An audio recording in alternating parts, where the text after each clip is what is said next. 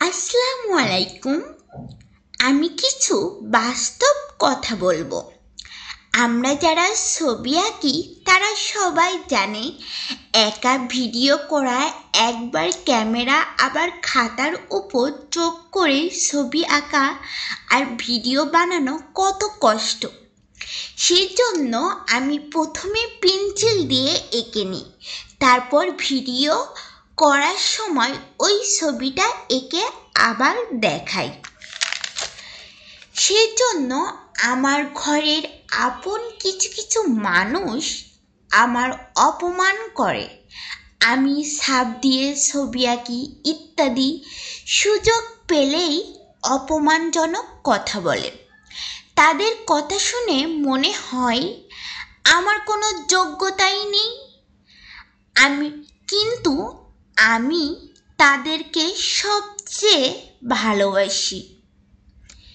তারা বিপদে পড়লে আমিও পাশে থাকি।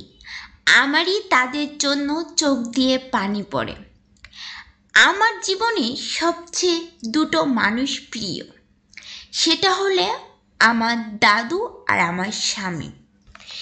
এই দুজন মানুষ আমার পড়ালেখা কাজ, ছবি আঁকা, সেলাই কাজকে অনেক বেশি পছন্দ করে, সাপোর্ট করে।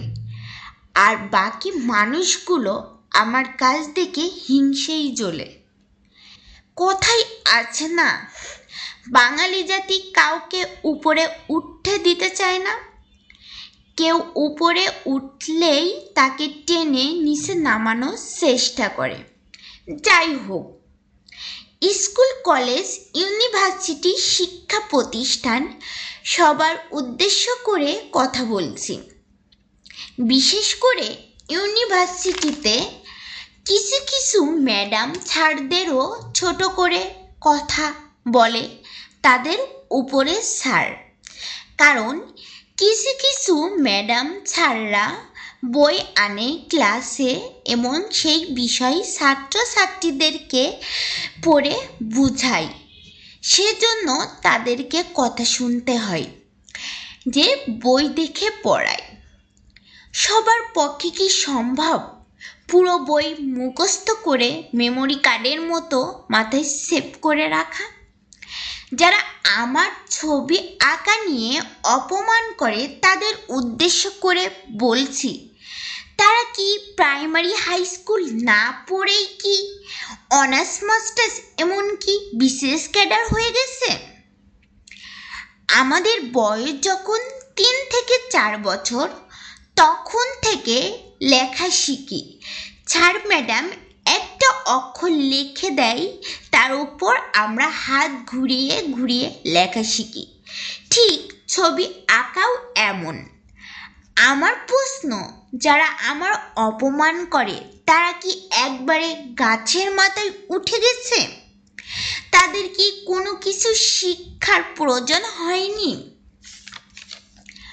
বাঘ কিন্তু বাঘকেও ছোবল মারে না। কিন্তু আমরা মানুষ হয়ে মানুষের অপমান করা থেকে শুরু করে এমনকি খুনও করি। কিছু মানুষ আছে সবার কাছে ফেরেশতার মতো, কিন্তু ভিতরে ভিতরে জঘন্যতম কাজ করে। আর তখন প্রতিবাদ করলেই আমি খারাপ। মানুষের দোষ গুণ বিচার করা আমাদের স্বভাব।